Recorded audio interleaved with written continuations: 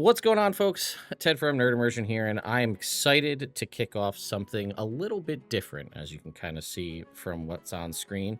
So this is the first State of the Game for D&D for 2026. First being the operative word here, as there's going to be more of these going forward throughout the year, and I'm honored to be the one hosting the first one. So we're going to go around and I'm going to have everybody introduce themselves so you can get to know who's here on our panel. But there's two things I wanted to touch on first. One, I appreciate that Wizards has decided to reach out and work with the community, in this instance, me. I'm hosting and putting together this State of the Game. And two, as we said already, this is the first State of the Game. So we're only human here. Bear with us. There may be some hiccups and things we have to deal with, but we'll evolve and get better as time goes on. So let's go around and have everybody introduce themselves, tell us about who you are, what your kind of role is at Wizards, how long you've been there, and things like that. Greg, I will start with you. Thanks, Ted. I'm Greg Bilsland, the executive producer for D&D Core TRPG, and recently came back to Wizards about a year ago. Started my career really at Wizards as an editor back in 2007. Left for a bit of a stint, but I've been with it all along, and I'm really happy to be back and joining you and all the other fine folks here. Awesome. Kara, how about you? Hi, I'm Kenna. I'm a franchise creative director for D&D. My team oversees the kind of top-line creative story for all of the D&D verticals across the franchise. So that's TRPG, entertainment, video games, physical products, stuff like that. I've been at Wizards for 5 years and in my current role for about 6 months. Awesome. Justice, we'll go to you next. Hi, my name is Justice Arman. I'm the game design director for the D&D TRPG. Hopefully, I think Ted, probably your followers will get what game design for D&D is. But anytime you're rolling a die or reading one of our TRPG books, chances are our Justice wrote it. Part Every word. But I steward the team and the game forward. And I've been at Wizards over 4 years and in this role for a few months now. Awesome. And last but not least, Josh.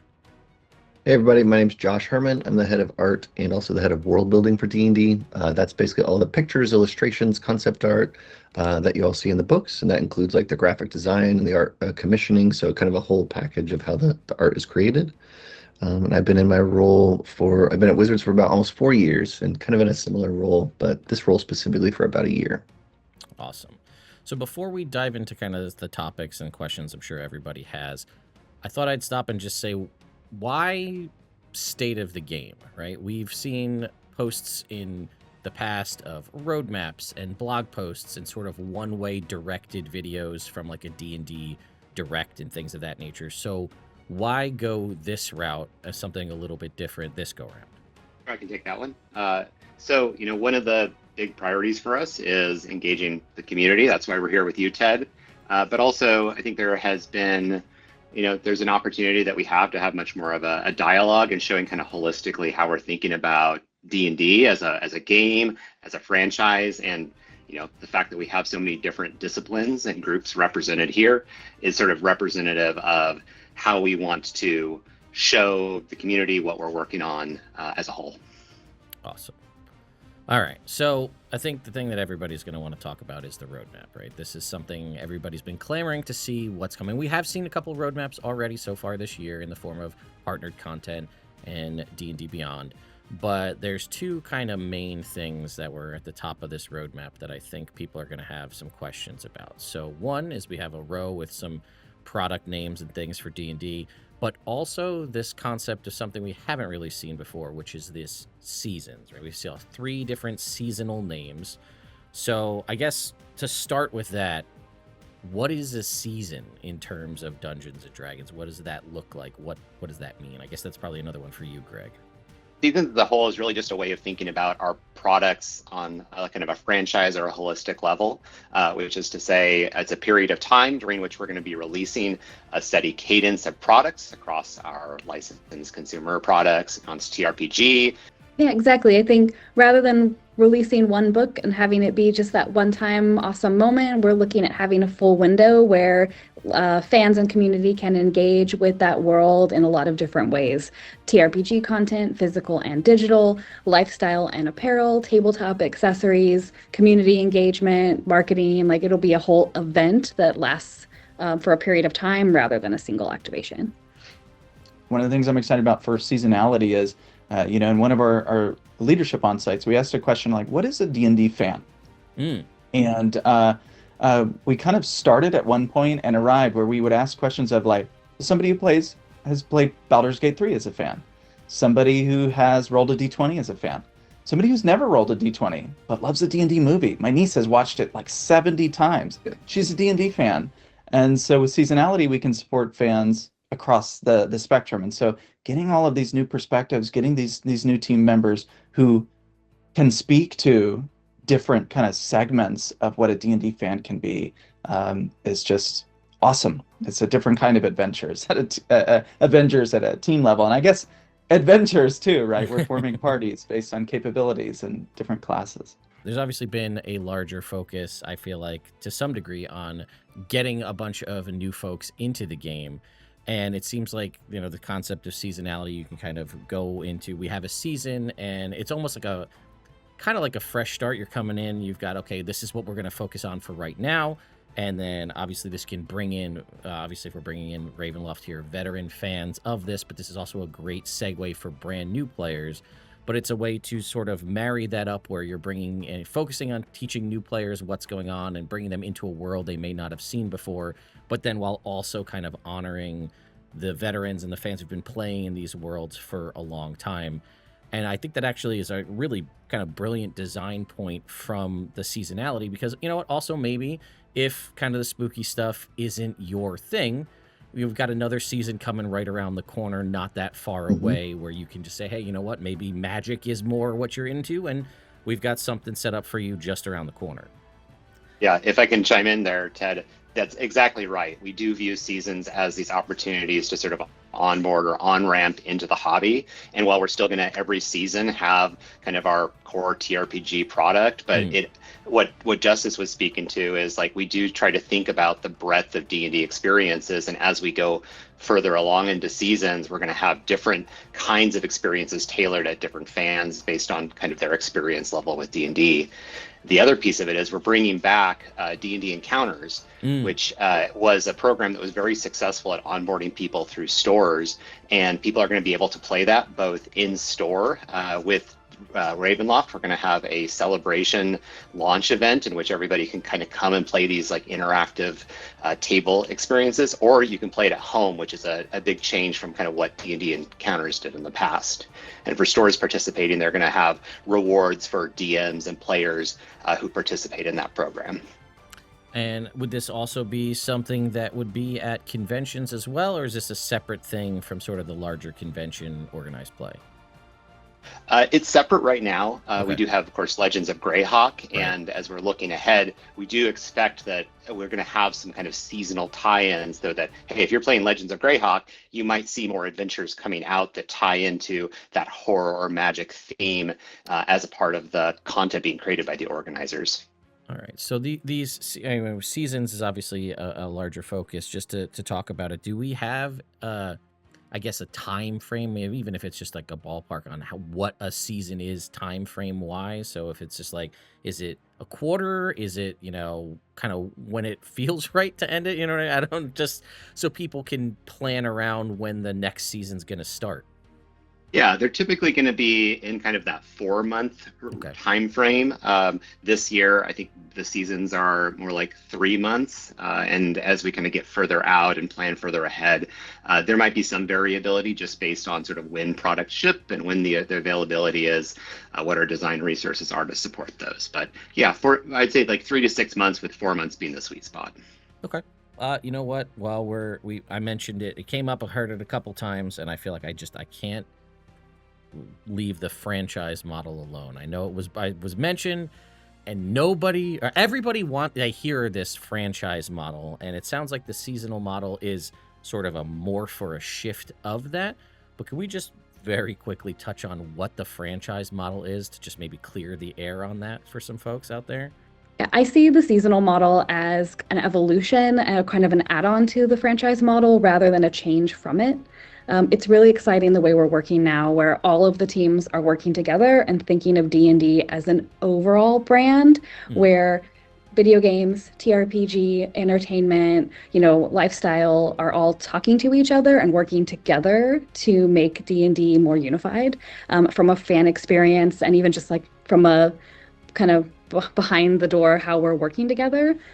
Yeah, the world building stuff is really cool too, because like historically, like we had concept artists who really worked on the game books, but now like Josh's team creates these incredible resources that are shared, not only with the people that we had in our organization before, but also the departments that when Dan came in brought in, and share more widely, so that like kind of the brand as a whole gets to be in lockstep in a way where we're working together with folks that maybe it felt like they were a little across the pond, and now they're working alongside us. To that point, right, we were talking about kind of visiting these different worlds and the world building concept behind it, right? Where obviously we've seen a big focus on obviously the Forgotten Realms, but we've seen more dips into Eberron lately, and obviously now we're talking about Ravenloft. So when it comes to choosing, there's a whole breadth of different campaigns and worlds to visit in the space of Dungeons and Dragons. So when you decide to go back, like, what does the process look like? Has it been too much focus on this, or we haven't gone to this area for a while? So is there, what does that process look like for you're coming up with that decision for where to go next? It's a combination of market research and thoughtful business, and then also really looking at creative opportunity of how we think we can grow and stretch and engage with those worlds in new and interesting ways. We kind of really love building on the beautiful worlds that have been established and how can they continue to grow and evolve. And I think it's kind of a fun challenge for us all to take on together. I'll just add that, when we look out, sometimes on a 5-year horizon, we're looking at how frequently we revisit our worlds, what are the different genres and thematics that we're employing, so that we do have some thematic difference from season to season or product to product. Not every season is going to be for everybody, as you kind of were alluding with horror, but we want to make sure that when we look at this holistically across multiple years, that we are recognizing that, hey, regardless of what type of genre or theme you're interested in, there is going to be something on that roadmap that is for you, and you're going to be super excited about it. Yeah, so it sounds like Season of the Marshall characters may not be a bad idea for the future then. I'm going to write that down. Yeah. Well, Greg, you touched on it briefly, and I just, maybe we can just high level here, but talked about the time frame it takes to kind of conceptualize one of these things to before we get it into, goes through playtesting. We'll come back and talk about that in a little bit, but the time frame it takes from when you guys come up with a concept, like, oh, hey, it'd be cool if we did, let's say, Ravenloft or whatever it might be. It has to, I'm sure, go through a bunch of different iterations, from art to design to what other kind of products are going to coincide, especially now with this seasonality kind of model here. What does that time frame look like from sort of concept to print book in hand? I'll at least speak to the high level part of it, but then I'll hand it to Josh, because I think a big piece of this is that lead in. It is sometimes a 3-year process in terms of identifying it. We do a lot of research around, asking customers and using consumer insights to understand where there's opportunity and demand. Kind of assessing, the business opportunity, business hack Greg, right. in terms of like, is this going to be able to be commensurate with like the other big seasons or settings that we've done in the past? That all is, several months, 3 years ahead of time. And then, our product roadmap and world building is a whole separate process. I'll let Josh speak a little bit to what that process looks like. Yeah, it is about, on the long end, it's about 3 years, right? Okay. So it takes like, what are we planning? What are we thinking about? What are the futures? And I think to talk seasons in that way real quick, it's to use seasons of the earth. Like each season has a flavor, it has a texture, it has a thing, right? And so one of the things that we want to think about in our seasons is how those change and how the players get to experience them similarly, right? And so when we think about that from the world building perspective, what we're thinking about at that 3-year beginning point is, we start talking with, with all of the members here about what are we trying to accomplish in the next season? What do we want to see? What do we want to feel from a gameplay perspective? Where's the best place to go to experience that? If that's a different setting, if that's within a setting, if that's, is it Eberron? Is it Ravenloft? Is it Forgotten Realms? Is it a place within one of those places? And then that's really where we get to spend a lot of time exploring. And we spend a lot of time talking with the game design team, with the franchise team, and with everybody trying to kind of dig deep from lore. If we want to pull out something that's been gone for a long time, if we want to revisit a place that's new and interesting, so that's kind of the way that we approach it. And as we go through that experimentation, a lot of it is kind of organic, where we're finding what's the fun part of the game, or the fun part of the world is. And we'll start with a high level goal, but at the end, it takes a lot of collaboration and a lot of work between the teams to basically spend the time. I think a lot of it is spending time. Like, a creative can't really be, it can be boxed in a time to make something, but I think sometimes it just needs to be found in a way. And so that's a lot of what we do up in the world building side. And then what that does is it helps kick off the products itself. So once we do a world building push, maybe we're working on a setting, we do a lot of concept art, we do a lot of development, visual development, narrative development, character development, and we'll basically create a package or a guide that will be handed out to the teams, and it's all collaborative as we go through. So everybody kind of gets this document and kind of like a guide that helps us all move on to where it's going to go, and it helps everybody have an idea of, like, this is what we talked about and this is where we all want to go. And then it helps everybody kind of have that as a reference point, not just for the game, but also the franchise as a whole. One of the exciting things with world building's evolution is, under this franchise model, is we're building those worlds out bigger and bigger, really to support these like big, exciting products in the TRPG space, but also thinking about all of the things across our franchise, like video games and entertainment. And so there's just so much more story that we're building out and looking at. So there's room for all the things that could potentially exist in a season, and just kind of have more to build on and reveal and be excited about over time. Yeah, we all talk very often. We sit next to each other in the office, and when it comes to planning these things, we talk about the different needs that we have for our disciplines, for what we're where we're wanting to go, and like what Kara and Josh said, the game, we think about meeting players where they're at, but we should really think about D&D as meeting fans where they're at. And I think that's it. It's kind of the way that this season allows us to do more of that. Well, it's also good. It sounds like, one from, because there's always concern, but it sounds like there's these, creative processes. You're given time to work on them, right? Like, you're saying, maybe up to 3 years, which means there's a lot of effort taken probably before even an inkling makes its way out to anybody out in the community, that there's been a lot of work on the back end. It's also great to hear that it's not siloed, that everybody's working together, so that if one thing might inform, whether that's a piece of art informs a subclass design or whatever it might be, that it all is cohesive, which is, again, something I feel like we didn't have a lot of kind of insight into before, and this little peek behind the curtains helping inform what goes on and what happens with the team before we end up seeing a physical book at some point in the future. Yeah, I think we'll really see that with the Ravenloft product as sort of a first go. I think it is probably one of the most exciting products in terms of marrying like the creative, the amazing art direction from AJ Hanfeld and Wes Schneider, who is the lead for that.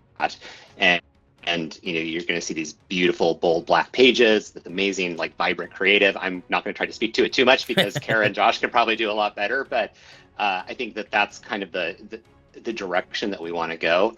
And one of the things when I look at the roadmap ahead, starting like in June, I think it's going to be the most exciting 12 months of D&D that I have ever experienced in my time in the hobby.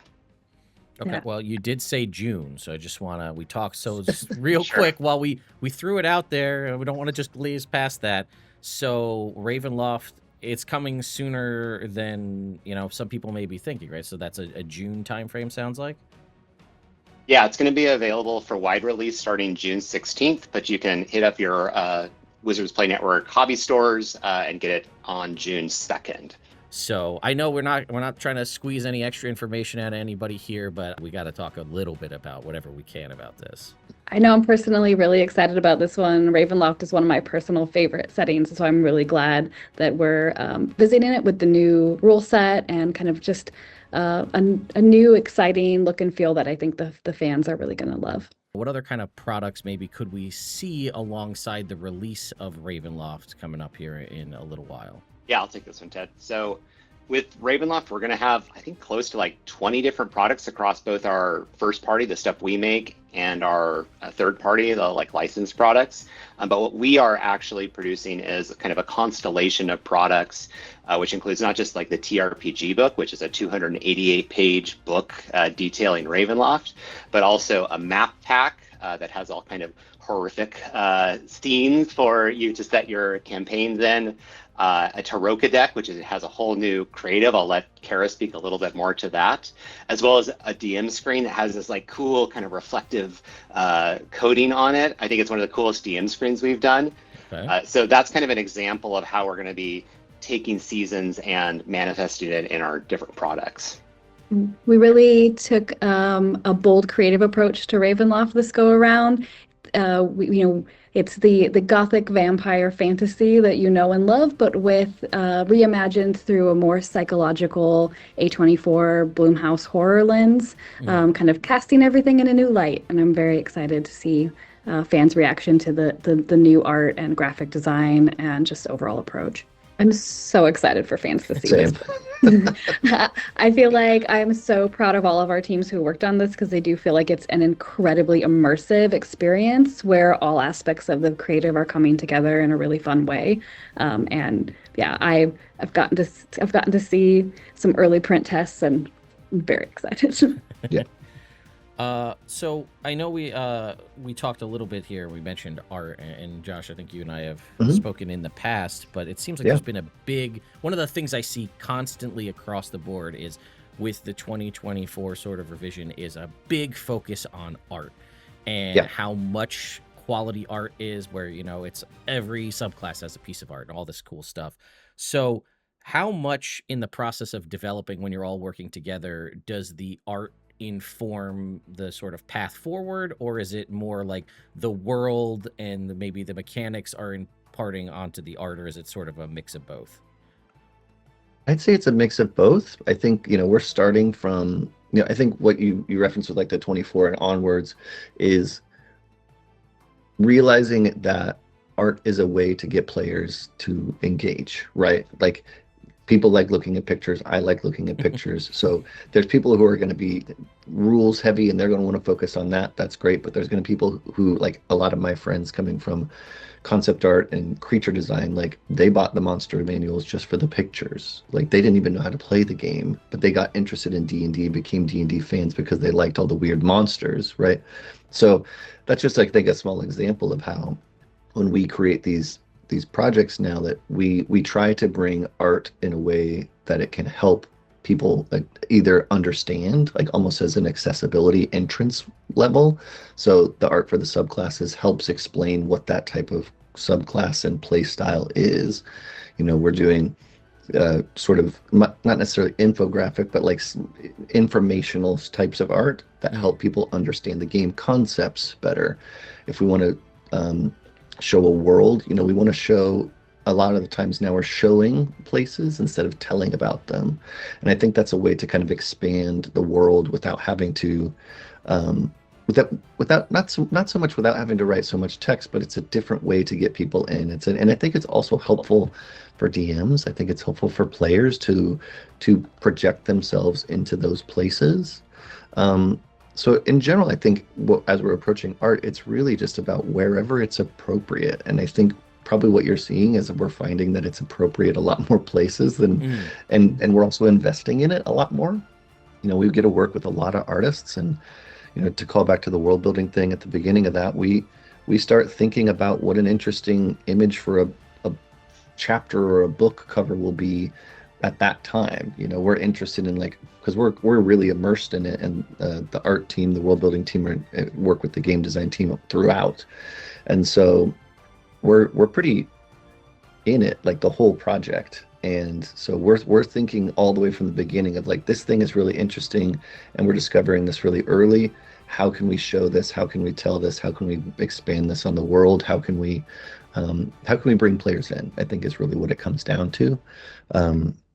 I love it. I mean, I think it's great that we're also supporting artists in that way. I think that we work with an incredible amount of artists, and I think it's just, you know, it feels really great to be able to support artists at this time while there's so much going on, and like it just brings players in at the same time. So I feel like it's just a win-win. I love it. I think didn't you say that your son loves anything with a sword? Anything with a I sword. think of the fighter, right? The Psy warrior, with the sword, and he said he points at it and he says, "I want to play that." Yeah. You know, even when we're just talking about the game, like the game it's a storytelling engine, right? D&D is about it's about telling stories, it's about collaboration, right? So, and you know, the text and the art together create that story. Like I'm sure we could do a D&D product that had no art in it. I don't think people would like it anywhere near as much as what we put out these days. I would not. I would not like that product. We talked a little bit about the collaboration process as we're going through this, so I didn't want to leave out playtesting, right? Because I know there's a bunch of different things from the world of Unearthed Arcana to sort of, you know, in-house kind of playtesting.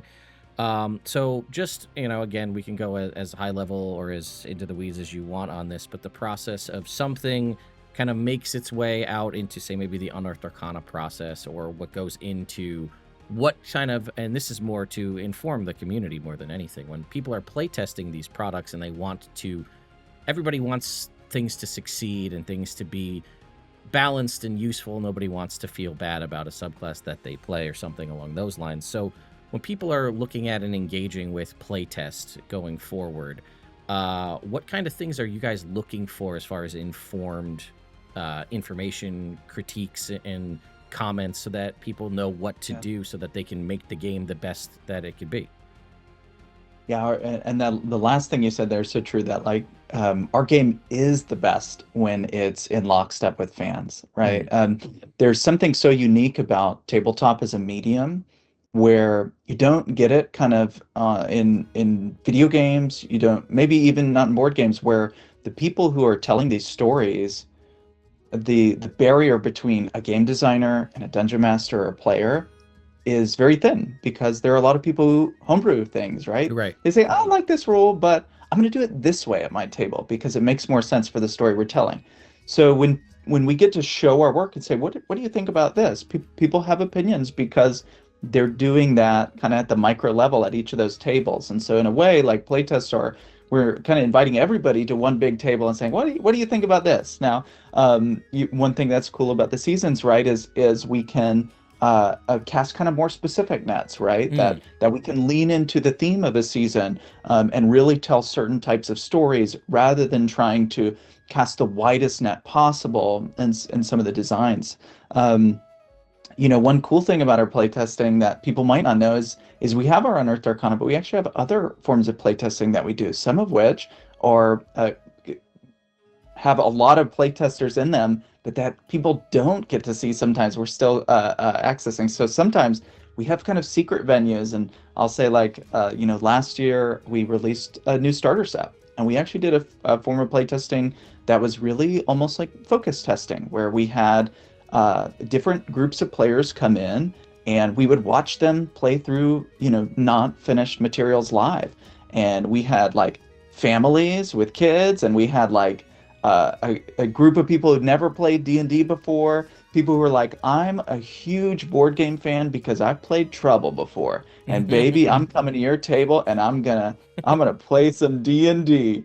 And it's really interesting, something I think about all the time, about like, who is the person seeing this for the first time. I remember like one group, there was somebody who, they went to roll their D20 and they said, oh man, it's like in Baldur's Gate when that thing starts spinning on the screen, and it's like, oh, they Yeah. didn't know that was a die, like Yeah. they didn't know this polyhedral Mhm. dice. They'd never seen it before, right? Because if you've only ever played Yahtzee or Trouble, you know what a D6 is, and when you think of a dice, if you go to your phone and you type in an emoji and you type dice, it's not going to pull up a D20. It pulls Right. up a D6, right? That's Mhm. what people think of when they think of a dice, of dice. There's a So goal. we We got to get our D20 emoji. That's Yes, exactly. There you Good go. goal. We should. So yeah, go to the Discord. I bet there's one. Um, but there are kind of all these different players, like players that like, and it was so insightful to see such a wide range of like people who are very steeped in D&D, people who are DMs who like to use starter sets to teach it, people who were school teachers who wanted to run D&D clubs, and seeing kind of like how vast the fan base is, and thinking about, oh man, how can we make something that they're going to love? Like, how can we make it easier for them to get into the game? How can we remove barriers, to help them find a group, or be able to put something on D&D Beyond so that they don't have to, pull out a physical character sheet and maybe write it down and do the math. We can just do the math for them and get them playing faster. Because that's kind of where the magic is, right? Is when you're playing, when you're engaging with it, when you're playing a video game, when you're watching the D&D movie, like all of these things together. So we have a lot of different methods to play test, and to Greg's earlier point of like, and Josh's, of how long can something take? Sometimes things show up in playtests that maybe you won't see it for a while, and that doesn't mean that you're not going to see it at all. So there's still hope for those of you from whichever Unearthed Arcana. Maybe it's still coming. You don't know. It could be. And sometimes they change. They morph into something else. And we get the feedback, and somebody says, "I really love this as a feat, but doesn't it make more sense if it's part of a subclass?" And then one day it shows up in one of the subclasses. I did want to start to kind of wrap things up here. So we talked a little bit about feedback. So obviously for folks that may be watching this, you can feel free to either go over to the D&D Discord or leave comments about it here, and maybe we'll be able to address those in future state of the games if there's an opportunity presents itself. But as far as kind of final thoughts, words, or other ways people would find to maybe engage and provide feedback, I guess I'll just kind of go around and close it out, and I'll start with you again, Greg. Or you know what? I'm going to end with you, Greg. How about that? We'll go around. Kara, what else would you like? Kind of final thoughts for everybody to know about, or things you want to make sure we get mentioned before we close out here. The thing I'm most proud of and love about working here is that you can, as a fan of D&D, you get to be a part of our story unlike any other brand. And so I really, really love this opportunity to offer more for our fans, and just better ways to step into our world how you want to, and just really looking for ways to connect, because I think that is what D&D offers that no one else does. Right, Justice, we'll jump over to you. Oh, parting advice? Thoughts? Something you're excited about? Recipes. I'm excited about it all. I'm just excited in general. So I look forward to meeting everybody where they're at and seeing what they think. And the big thing is, let us know what you think, right? Fill out your UAs, go to our hubs and leave comments. Let us know, because when you let us know, we do make decisions based on your feedback. Sometimes it takes a little while, but we watch, we listen. So yeah, let us know. Josh, how about you? Yeah, I'm just going to say injustice there. I think we're all super excited about what we're working on, what we're revealing here and talking about and beyond. Like, we're talking years. We have a lot of really exciting stuff we're working on, and we are super stoked about it all. And I mostly just want to hear from you. Like, we're excited to talk and engage, but I would like to hear from you, and whether that's in the Discord or commenting on this channel or wherever. We look and we listen, and we're excited to hear about what you say. So tell us what you think, honestly. And Greg. Yeah, thanks, Ted. I said it before, but I do think that we are going into what will be one of the most exciting periods, and even the next 12 to 16 months for D&D. I hope that we'll have the chance to have more of these and talk in more detail about some of the products and seasons that are coming. With regards to feedback, I looked at every piece of feedback on Discord in our product feedback corner. So if for the recent products that have come out, so if you do have feedback on our products, that's a great place to put it. I will read it. Or leave a comment or question here, and we'll try to get to it in the next one of these. All right. And, obviously, like we said, we saw the roadmap. Things are going to be coming. June is when we'll see Ravenloft in the future. And then, obviously, just keep an eye out as more things get closer as the year goes on. Maybe Gen Con. See if we hear something over there. It's always a good place for maybe announcements from Wizards of the Coast. But, yeah, I just wanted to once again thank everybody for their time for coming out here to chat with me. And then again, for the concept of taking the time to kind of meet the community where it's at and engage with us in this way, rather than just us watching kind of a promo video that talks about it. We can actually have a dialogue.